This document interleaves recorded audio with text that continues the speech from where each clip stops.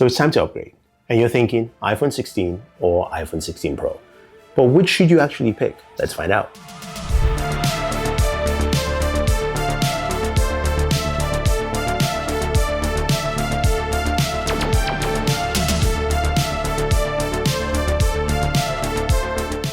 Hey guys, Thunder E here, and you're thinking of upgrading and picking up either the iPhone 16 or the 16 Pro. And you're going, which should I actually pick? Now, thank you for joining us on the channel and watching this video. Hit that subscribe button, notification icon. Also thanking Anker for sponsoring this video. And we'll talk about them in a second. But let's take a close look at both our devices. Now, the iPhone 16 and 16 Pro are great looking devices from Apple. And we start off with the 16 here, which is a 6.1-inch display device, Super Retina HDR display. Now, this device is about 5.81 inches in terms of height. You do have, of course, dual cameras at the back, a 48 megapixel and a 12 megapixel main camera, and of course, ultra wide. There is no telephoto here. So you're thinking, okay, am I losing something out of that? Maybe. Now, this of course has that very standard iPhone styling. You've got that single camera flash, USB Type-C port on the bottom. You've got, of course, your action button, your volume rocker, and the brand new camera control or camera button, whatever you want to call it, right? That's also available on this device, which is cool and interesting. Now, it feels really comfortable to hold, navigate. I feel like it's a bit lighter. It's about 6 ounces compared to the 7 ounces on the 16 Pro. Display looks gorgeous. Looking at Ichigo on there. Oh God, if you're a Bleach fan, you must be ecstatic right now with 1000 Year Blood Work because that arc is phenomenal. Anyway, I digress. And now let's take a look at the iPhone 16 Pro. Now the 16 Pro, I have it here. It's about 6.3 inches in terms of display size. Height is 5.83, so it's just slightly taller than the iPhone 16. You've got that triple camera set up with two 48 megapixel sensors. One is the main, one is the telephoto, and of course, a 12 megapixel ultra wide. So that's what we're missing here is the telephoto, but is it better? Or are we getting similar results? We'll wait on that in a second.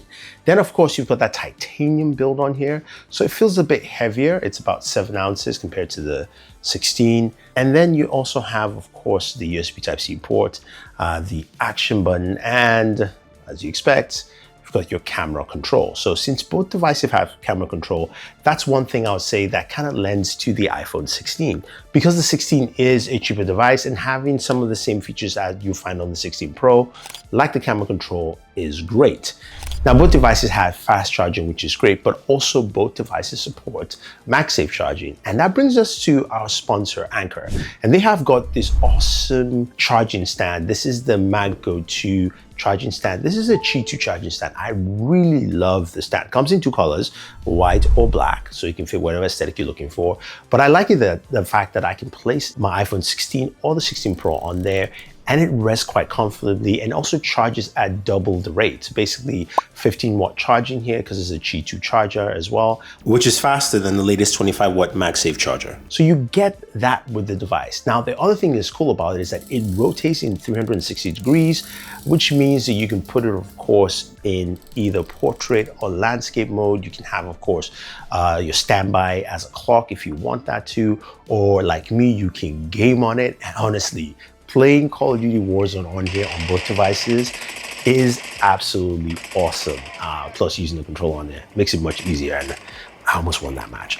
Now, the other thing too with this is that it's got this nice clicking rotation, so it lets you know what degrees you're actually rotating, of course, the device to, similar to my mechanical watch here, which is pretty nice. Now you can also tilt this 90 degrees, which means you can place your AirPods or just earbuds charge, and it will do that quite effectively. I really like it, and it's definitely worth checking out, especially just to use with my iPhone 16 or 16 Pro. So I mentioned gaming, and you saw me game on the iPhone 16 Pro on the charging stand, which is pretty cool. So what does that mean in terms of power performance, right? We have the A18 chipset in the iPhone 16, and we have the A18 Pro in the iPhone 16 Pro. So benchmarks, what do we actually get? Benchmarks on Geekbench for the iPhone 16, we're getting 3,321 single core, multi-core $8,094, while the 16 Pro with the A18 Pro, $3,407, and for single core and multi-core, $8,388. So not that much difference there, which is quite interesting. Now, when we go over to the GPU to see what we have there with GPU scores, this is going to be where there will be some separation here. So you can see here on the iPhone 16, you've got 28,079, while the iPhone 16 Pro is 33,164. So much wider range there. But again, says that both are quite capable. So what does that mean? Playing games like Call of Duty Warzone, I can do that quite effectively on both devices. You can see the benchmark there where on the iPhone 16, I'm basically capped at 60 frames because it is a 60 hertz display. So you're not going to be getting more than that. While the iPhone 16 Pro goes up to 120 hertz in terms of gaming, I can do like 111 to 120. Then of course, games like Genshin Impact, I am capped at 60 on the iPhone 16, on 16 Pro. It's also 60 as well. And then Call of Duty Mobile, same thing. I'm getting 120 frames per second while it's 60 on the iPhone 16. So you will be able to play your games quite effectively, but just knowing that 60 hertz is your cap, but is that a limit there? Or really, is that something that if you're looking at the price point, this might just be beneficial for you and you can still play the games you want to. Plus, you can actually play console level games now on the iPhone 16. Last year, that was only available on the Pro, but now on the 16, I can play Resident Evil or any of the other console level games that are available on iOS. So Resident Evil Village and Resident Evil 4, games like that, I can play quite effectively and it runs really well. So the gaming performance is quite similar for both devices. Now you're thinking, okay, so all right, fine. I don't game that much. What about the cameras? How different are they? Am I going to be missing a lot because I don't have that telephoto lens? So let's take a look at some of the imagery and videos from the camera.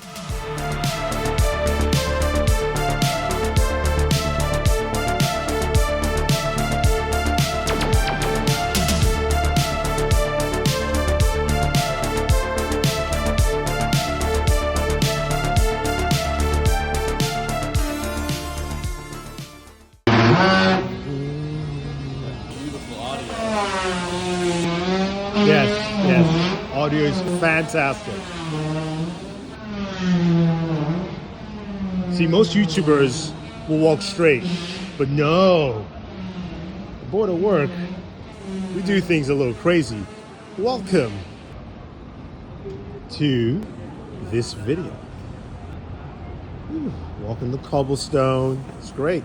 All right, here is a quick look at the front-facing camera, 4K 30, on the iPhone 16 and the iPhone 16 Pro. So to give you an idea of what the mics sound, remember one is a studio level mic, the other one is some really good mics. So, well, let's listen, let's enjoy. Honestly, to me, they look really good. I mean, they look kind of the same and quite similar as well. I think this goes to show that Apple's trying to, of course, raise the standards across the board.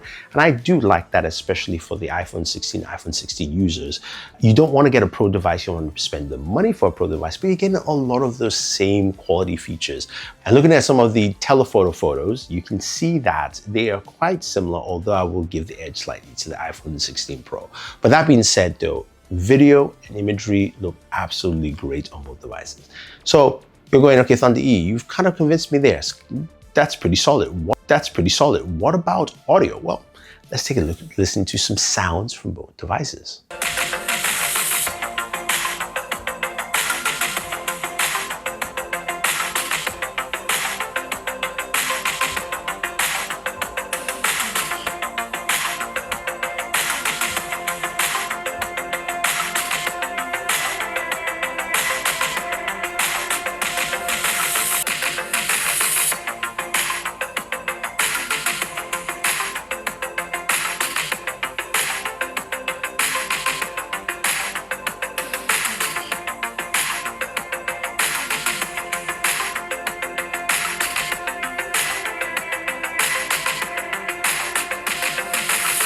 Both speakers sound really good. I would give the edge to the 16 Pro, but honestly, it's a very clear, crisp experience. The one thing I will mention when it comes to audio and sound is that the 16 Pro does have, of course, those studio level microphones, so giving you a better audio experience, and you can do some of those studio level changes there in terms of just your recording and blocking out background sound, which you don't have on the iPhone 16, but it's still a great audio experience from both devices. So when you kind of look at everything as a whole, the iPhone 16 is a really solid device. Is it better than the iPhone 16 Pro? I don't think it is, but is it a good bargain compared to the iPhone 16 Pro?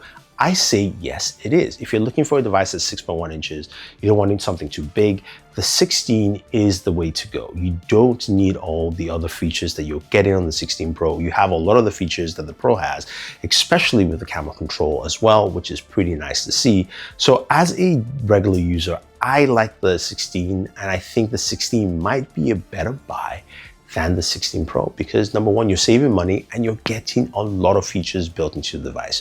So if you guys have any questions, any comments, or you think I am just absolutely wrong, leave your comments down below. Also, don't forget to check out our sponsor, Anker, with the, of course, the Mac Go 2 charging stand. I think that thing is pretty awesome.